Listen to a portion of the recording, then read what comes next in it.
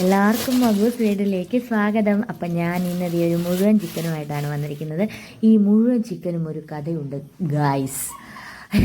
എന്താണെന്ന് ചോദിച്ചാൽ, ഇവിടുന്ന് 2 പേര് ചിക്കൻ മേടിക്കാൻ കടയിൽ പോയി. അപ്പം ഞാൻ ഇവിടുന്ന് പോയ 2 പേരിൽ ചെറിയ ആളോട് പറഞ്ഞു വിട്ടു, എടാ അച്ഛനോട് പറയണം ചിക്കൻ്റെ 2 കാലുണ്ടല്ലോ അത് മുറിക്കാതെ തരാൻ പറയണമെന്ന് പറഞ്ഞു. അല്ലാതെ നമ്മൾ അവിടെ ചിക്കൻ മേടിക്കാൻ ചെന്നാൽ അവരെല്ലാം കുരുകുനാന്ന് അരിഞ്ഞല്ലേ തരുന്നത്.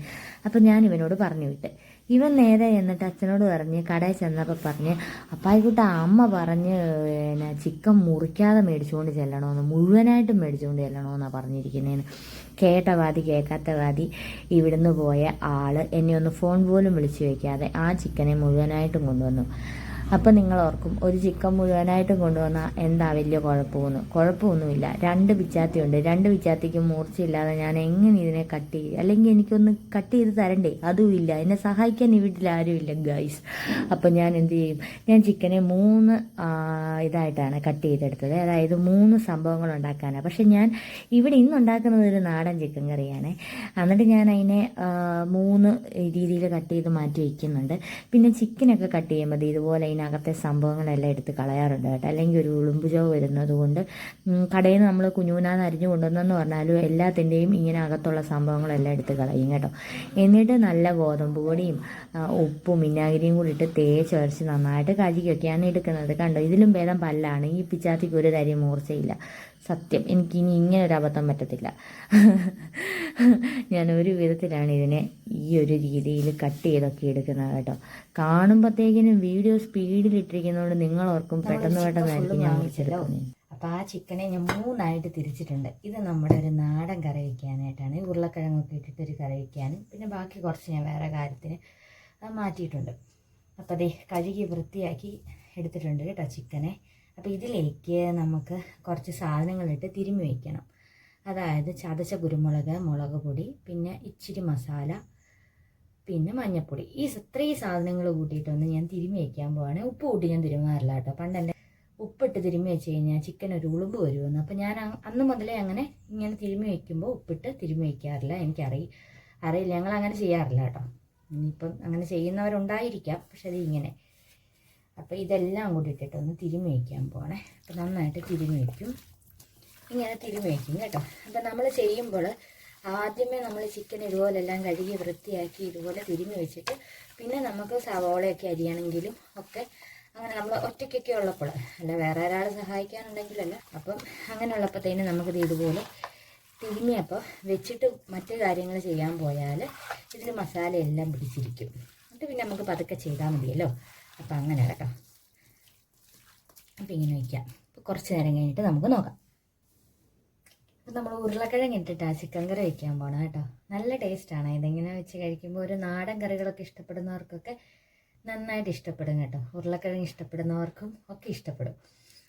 അപ്പോൾ അതിന് ഞാൻ കുറച്ച് 4 ഉരുളക്കിഴങ്ങ് എടുത്തിട്ടുണ്ട്. എനിക്ക് ഉരുളക്കിഴങ്ങ് ഭയങ്കര ഇഷ്ടമാണ്. ഇതുപോലെ ഈ ചിക്കനകത്ത് ഇങ്ങനെ വെന്തിട്ട് ആ മസാലയൊക്കെ കഴിക്കാൻ ഭയങ്കര ഇഷ്ടമാണ്. അപ്പോൾ 4 ഉരുളക്കിഴങ്ങുണ്ട്. ചെറിയ സവോള ആയതുകൊണ്ട് ഞാൻ ഇത്ര എണ്ണം എടുത്തിട്ടുണ്ട്. ഈ ഒരു പകുതി സവോള ഇവിടെ നമ്മൾ എടുത്തതിൻ്റെ ബാക്കി വന്നതാണ് കേട്ടോ. അപ്പോൾ അങ്ങനെ. പിന്നെ ഞാൻ ഈ വെളുത്തുള്ളി എടുക്കുമ്പോൾ നന്നായിട്ട് ഉരച്ച് കഴുകിയിട്ട് തൊലി കളയത്തില്ല, തൊലിയോടുകൂടി ഞാൻ ഇടും. എന്നിട്ട് കുറച്ച് ഇഞ്ചിയുണ്ട്, പച്ചമുളകുണ്ട്. അപ്പോൾ ഇത് മൂന്നും നമ്മൾ നന്നായിട്ട് ചതച്ചെടുക്കും. എന്നിട്ട് ചതച്ച് ചേർക്കുകയാണ് ചെയ്യുന്നത്. നമുക്ക് സവോളയൊക്കെ ഒന്ന് അരിഞ്ഞെടുക്കാം, അതുപോലെ ഉരുളക്കിഴങ്ങ് അരിഞ്ഞെടുക്കാം.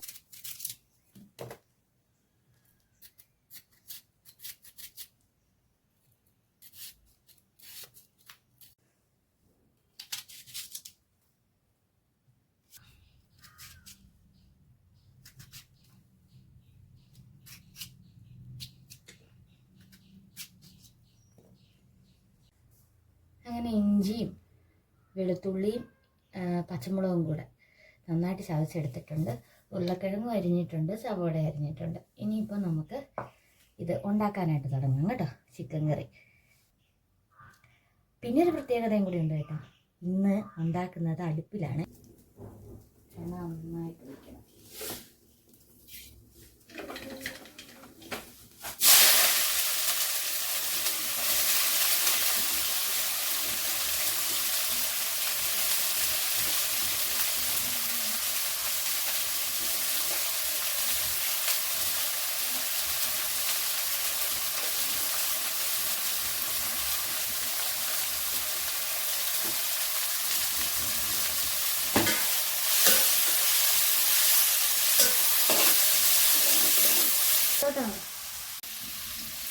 ഞാൻ എണ്ണ ചൂടായപ്പോൾ എല്ലാം പെട്ടെന്നായിരുന്നു കേട്ടോ. ചിരട്ടിയിട്ട് കത്തിച്ചുകൊണ്ട് എൻ്റെ കൈ ഒന്ന് പൊള്ളി.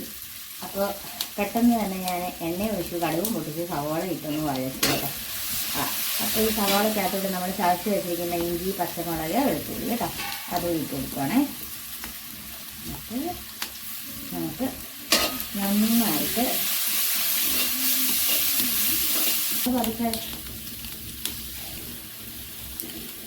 വഴറ്റുന്നതിനകത്ത് ഒരു ഇച്ചിരി വെള്ളം ഒഴിച്ച് കൊടുക്കുകയാണ്. സവാള ഒക്കെ ഒന്ന് വാടാൻ വേണ്ടിയിട്ട് നമ്മുടെ ഇഞ്ചി പച്ചമുളകിൻ്റെയൊക്കെ പച്ചമണം മാറണം.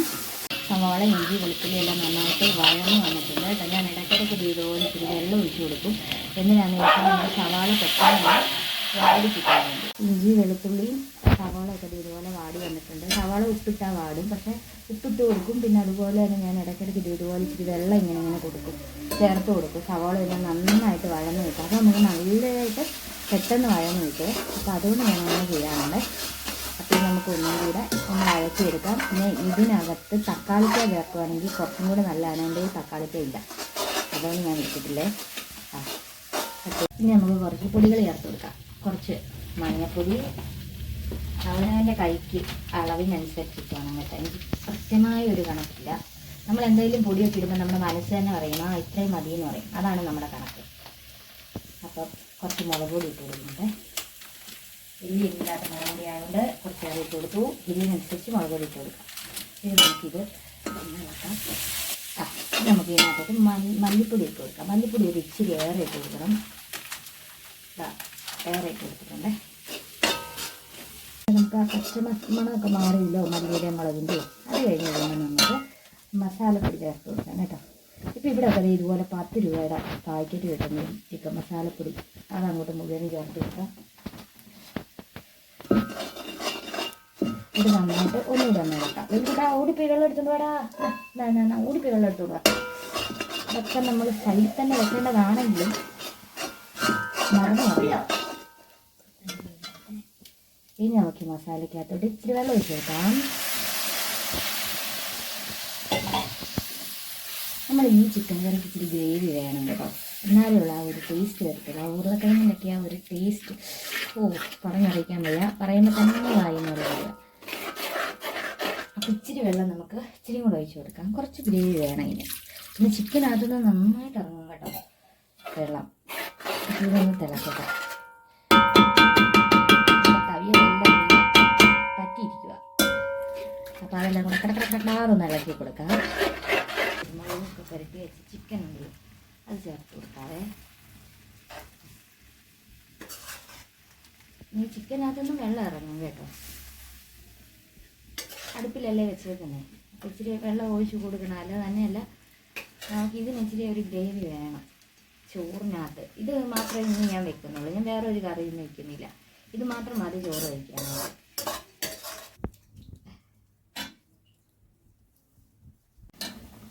ഇപ്പം നമ്മുടെ ചിക്കന് തിളച്ച് വരുന്നുണ്ട്. ഇപ്പം നമുക്ക് ഈ സമയത്ത് ഉരുളക്കിഴങ്ങ് ഇട്ട് കൊടുക്കാം. അപ്പോൾ എന്താ പറയുക, ഉരുളക്കിഴങ്ങ് വേകുന്നതാണ് നമ്മുടെ ചിക്കൻ വേകുന്നതിൻ്റെ പാകം. ഇനി ഞാൻ ഇതിനകത്ത് ഒരു നുള്ളു പഞ്ചസാര ഇടുവേ. എല്ലാത്തിലും ഉണ്ട് ഒരു പഞ്ചസാര.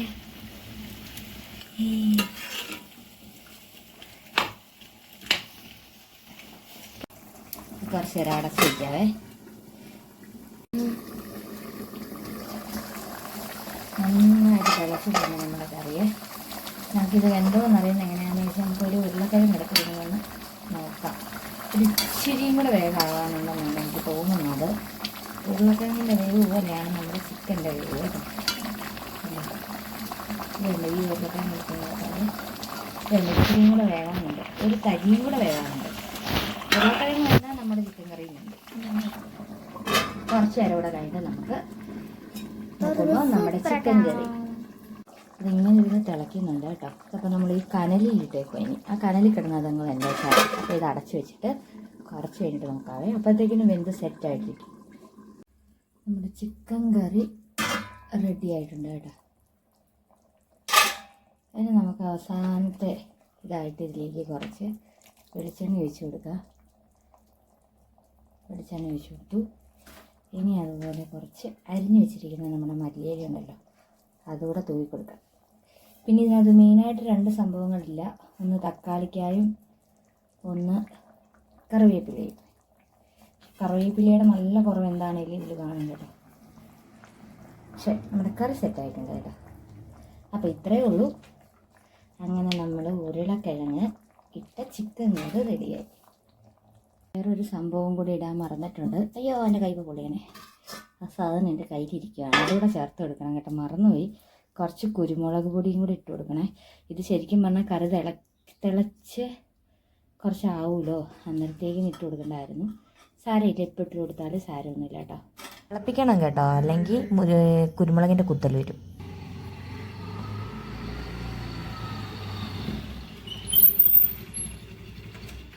കറിവേപ്പില കൊണ്ടുവന്നോ?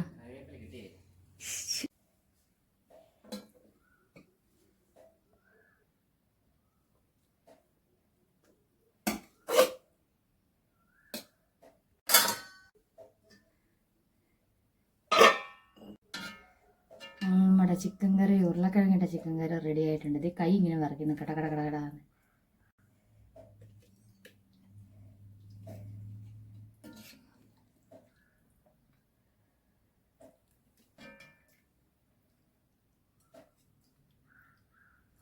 ഇത് മാത്രം മതി ചോറുണ്ണ. ചോറ് എങ്ങനെയുണ്ടെന്ന് പറയണേ.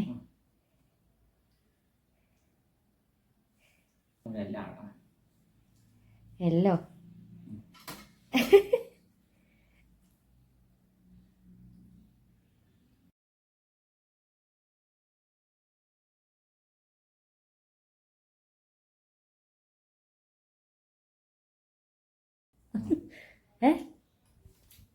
അപ്പൊ ഗൈസ്, മഹേഷിന് കറി ഇഷ്ടപ്പെട്ടു. വേറെ കറിയൊന്നും വേണ്ടല്ലോ, ഇത് തന്നെ പോരെ അല്ലേ? ഒറ്റ കറി മതി, തോരനൊന്നും വേണ്ട അല്ലേ? നല്ല രസമുണ്ട്, നല്ല ടേസ്റ്റ് ഉണ്ട്. എനിക്ക് ഭയങ്കര ഇഷ്ടമായത്.